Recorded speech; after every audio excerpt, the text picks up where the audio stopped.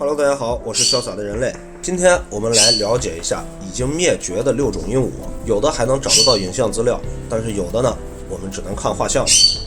第一种要介绍的灭绝鹦鹉是天堂长尾鹦鹉，就光听它的名字，我们就知道它有多漂亮。即使在同类的鸟类当中，它们的颜色也十分出众。它们的羽毛呢，呈现出绿松石色、水红色、黑色和棕色的混合。尾巴呢，几乎和身体一样长，这在鸟类中是非常罕见的。虽然天堂鸟的飞行迅速，但它们大部分时间都停留在地面上活动。因为体型比较小，雄性通常约27厘米，体重在50到70克之间。天堂鹦鹉主要栖息在澳大利亚东部、昆士兰州和新威尔士州的开阔森林和湿地环境中。它们的主要食物呢，也是草籽和其他本土植物的一些种子。这些鹦鹉常常以小家族或者是成对的形式生活。它们的巢穴常见在接近地面的洞穴中，每次产卵4到5枚。幼鸟在3到4个月之后能独立生存。关于天堂鸟的记录并不多，甚至在澳大利亚被殖民之前，它们的数量就已经很少了。最新的研究表明，随着气温上升，自上一次冰川时期后，天堂鹦鹉的数量急剧减少。但主要的灭绝原因还是归咎于人类。定居者大面积开垦土地用于农业，严重的破坏了天堂鹦鹉的栖息地。除此之外，天堂鹦鹉还被大量的捕猎，尤其是在19世纪末，鸟类收藏者为了获取它们的标本，射杀了大量的天堂鹦鹉。到1915年，它们已经被认为可能灭绝。20多年来，再也没有人看见过它们的踪影。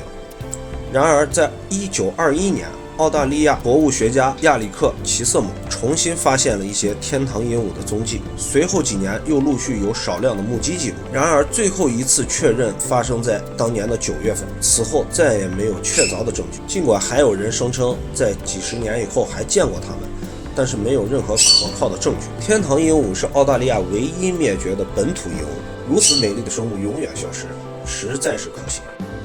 不幸的是，还有另一种曾经生活在大洋洲的鹦鹉——诺福克啄羊鹦鹉，它也已经灭绝。这种鹦鹉首次被记录是在1774年10月10号，詹姆斯·库克在探索福克岛时发现的。当时探险家见到了一只巨大体型的鹦鹉，长度约38厘米，身体主要是橄榄棕色，脸颊和喉咙则是鲜艳的红橙色，胸部和臀部还有其他亮丽的色彩。这种鹦鹉活动在地面和高大的树上，主要藏身于花朵和灌木丛中。诺福克啄羊鹦鹉的栖息地范围相当狭小，仅限于诺福克岛这样的小岛，就像北瀑布岛，比美属萨摩亚的岛屿还要小。这也是它们消失的主要原因之一。欧洲人刚发现它们后不久，它们便开始逐渐消失。即便是在詹姆斯·库克的探险队到来之前，波利尼西亚人早也生活在岛上，并对诺福克啄羊鹦鹉进行捕猎，这时候已经对种群造成了重大的损害，没有办法再恢复了。欧洲人到来之后，情况变得更糟，不仅被过度捕猎作为食物，还被当作宠物来饲养。此外，岛上的小栖息地也被他们大量的清理，用来农业和定居。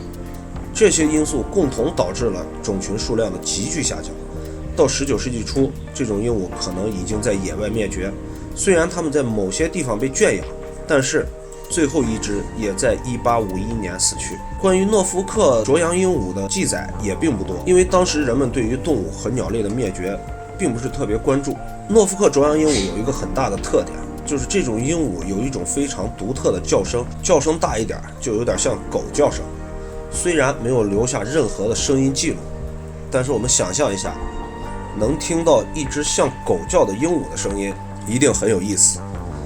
接下来要介绍的灭绝鹦鹉是马斯卡拉鹦鹉。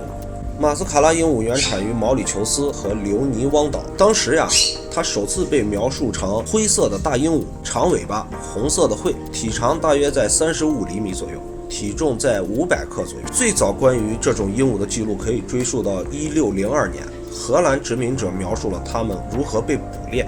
岛上的生态系统因森林砍伐遭到严重的破坏，导致它们难以生存。马斯卡拉鹦鹉以地面上的落叶和一些硬果为食，特别是椰子和瓶子树的果实。随着时间的推移，殖民者加剧了对岛屿的破坏，在17世纪30年代大规模的砍伐森林，使用刀耕火种的方式来开垦土地。最后一次关于这种鹦鹉的记录是在1759年。在更早的17世纪30年代，留尼汪岛上的这种鹦鹉已经灭绝。由于它们的灭绝时间过早，人们对这种鹦鹉知之甚少。与前面提到的鹦鹉不同，接下来要介绍的是卡罗来纳长尾鹦鹉，是北美唯一的本土鹦鹉，原产于美国东部。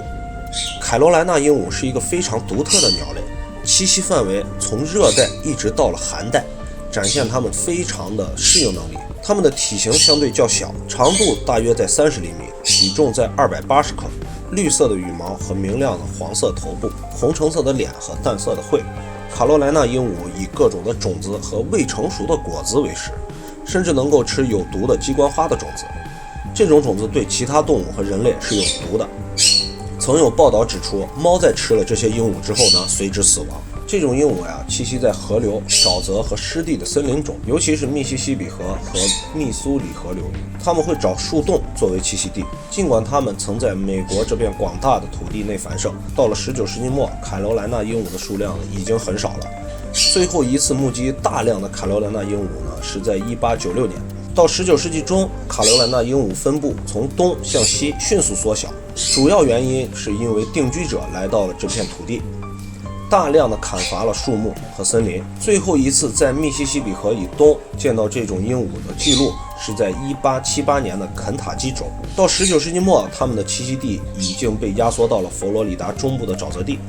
1904年，最后一只已知的卡罗来纳鹦鹉标本是在佛罗里达被猎杀。最后一只在动物园里出生的卡罗来纳鹦鹉呢，是一只叫印加的雄鸟。它在1918年2月21日在辛西那提动物园去世，距离它的伴侣去世不到1年，这也就意味着这个物种彻底的消失了。尽管确切的灭绝原因仍然不明确，常见的解释之一呢是新城役导致了它们的迅速衰退。在1979年，卡罗来纳鹦鹉被正式宣布灭绝。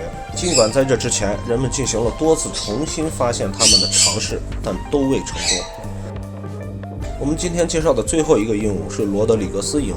这种鹦鹉是马斯克林群岛罗德里格斯的特有种。目前我们对这种鹦鹉的近亲物种了解还不是太多，因而它的确切分类关系呢仍然是个谜。罗德里格斯鹦鹉呢是一种大型鹦鹉，有着绿色的羽毛，身长呢大约是在50厘米左右，拥有相对较大的头和尾巴，使它们成为罗德里格斯岛上最大的鹦鹉之一。罗德里格斯首次发现是法国探险家在1708年的记录，当时它们在岛上呢相当的常见，并没有受到太多外来物种的威胁。这种鹦鹉主要栖息在岛上的森林和林地，它们是高度社会化的动物，出现的时候呢都是成群一起出现，并且呢群内呢还有明确的领地。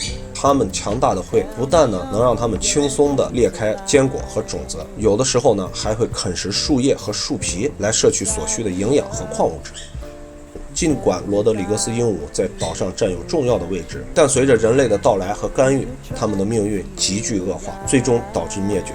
这一物种的消失是栖息地丧失和人类活动的直接结果。今天只有记载和少量的骨骼提醒我们，这种美丽的鹦鹉曾经存于这片热带岛屿上。其实我在收集完这些资料之后，心情非常沉重，因为我也发现了自己身边也有好多神奇的动物和植物在慢慢的消失。所以在我每次出玩的时候，我都会劝诫身边的朋友一定要保护环境，因为任何美丽的东西只有分享了它才有价值。好了，今天就到这儿吧，我们下期见，拜拜。